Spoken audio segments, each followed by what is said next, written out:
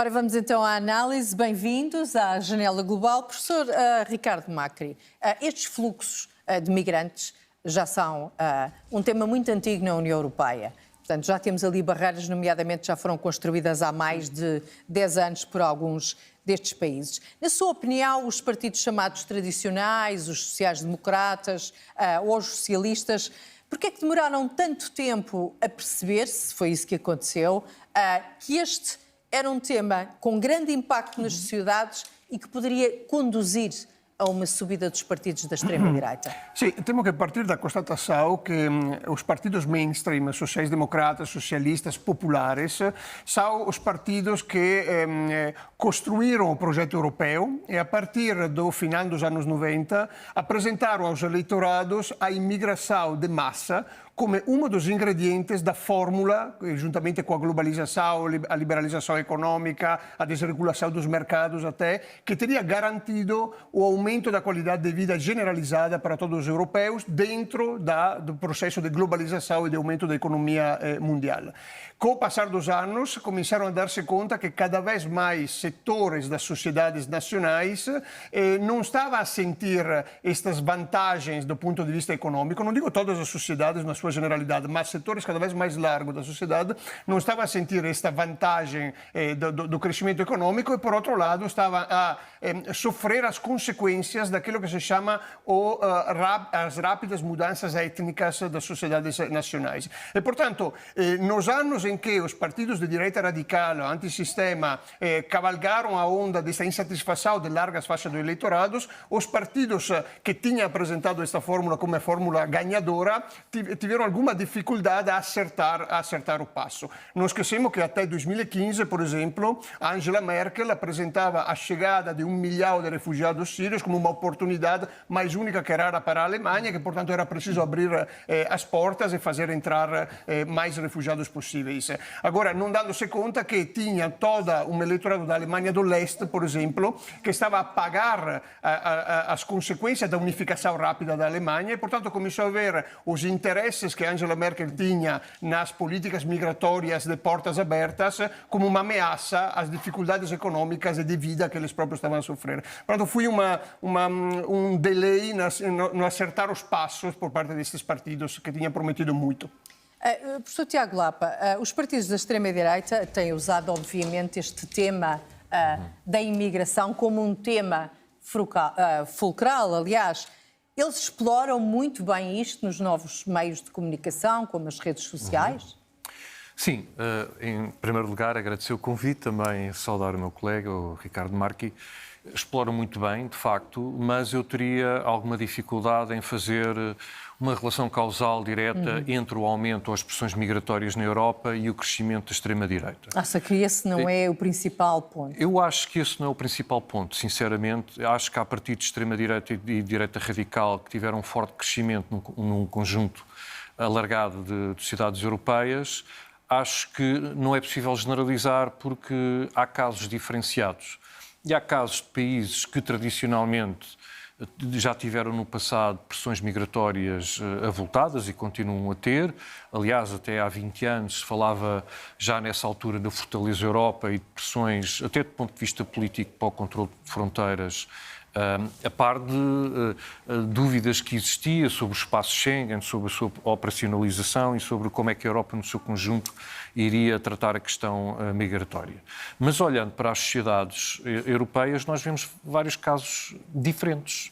Por exemplo, aqui foi falado da Hungria. A Hungria é um caso diferente da Alemanha e, no entanto, nós, na Hungria, temos um governo que é encaixado na família política da direita radical na Europa e que, no entanto, não apresenta as pressões migratórias como existem noutros países europeus. E, portanto, nós podemos questionar como explicar isto.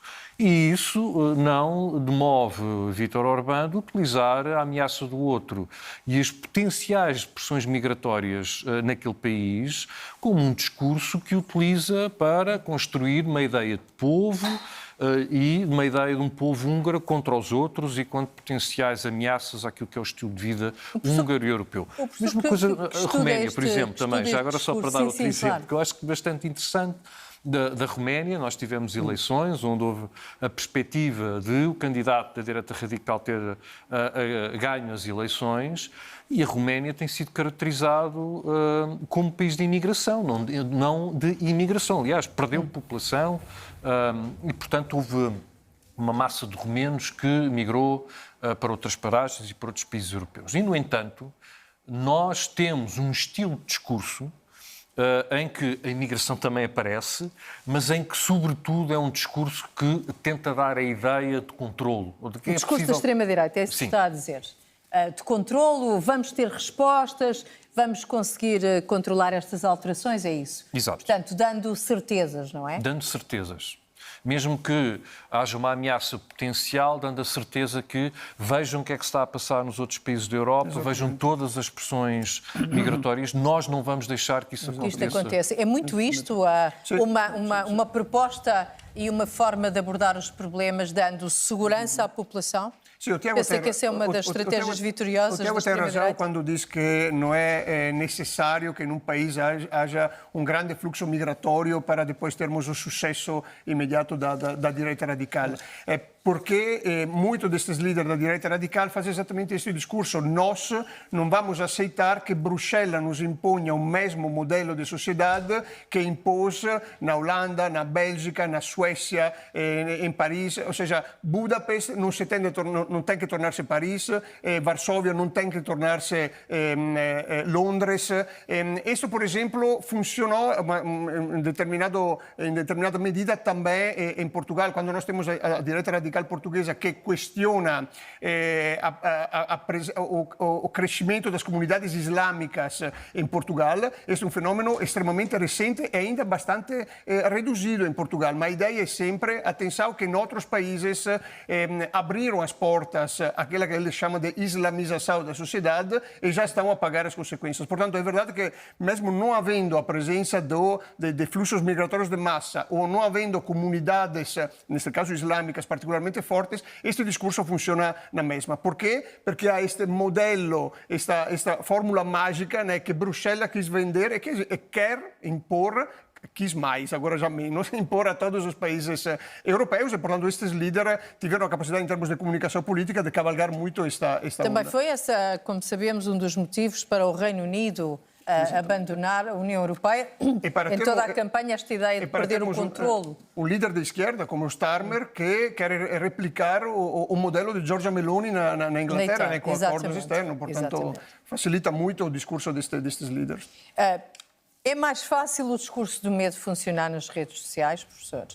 O discurso desta ansiedade, deste medo, como dizia aqui o professor Marchi, em Portugal as maiores comunidades não representam choques civilizacionais, ou seja, o Brasil, por exemplo, a comunidade brasileira fala português, tem a nossa língua, o background cultural não é diferenciado como seria de algumas sociedades islâmicas e religioso. No entanto, a ideia de que pode acontecer o mesmo, por exemplo, do que está a acontecer nos Países Baixos, esta ideia de fomentar de alguma forma o receio, o medo, é mais fácil de propagar? É mais fácil de propagar porque é muito um discurso baseado naquilo que é uma componente da retórica, que é o patos e aquilo que tem a ver com a emoção. Claro. E, portanto, desse ponto de vista, aquilo que passa nas redes sociais online é muito mais baseado nisso. Há, de facto, uma estratégia de politização do medo, a meu ver, e comunicacional, é uma estratégia comunicacional por parte de partidos que neste momento estão na vanguarda da utilização destas plataformas por várias razões. Em particular, aproveitam... São muito melhores que os partidos que nós chamamos tradicionais, em Portugal neste seria o momento, PSD, sim, ou o PS, claramente, ou os estão cristãos. a utilizar um estilo de linguagem curto, estão a explorar os stories, os vídeos curtos, os slogans, aliás, com todo um discurso que muitas vezes é fragmentário, mas que facilmente se transforma em slogans e em verdades autoevidentes, independentemente do seu fundo real ou não, a ser baseado em dados, mas isso pouco importa.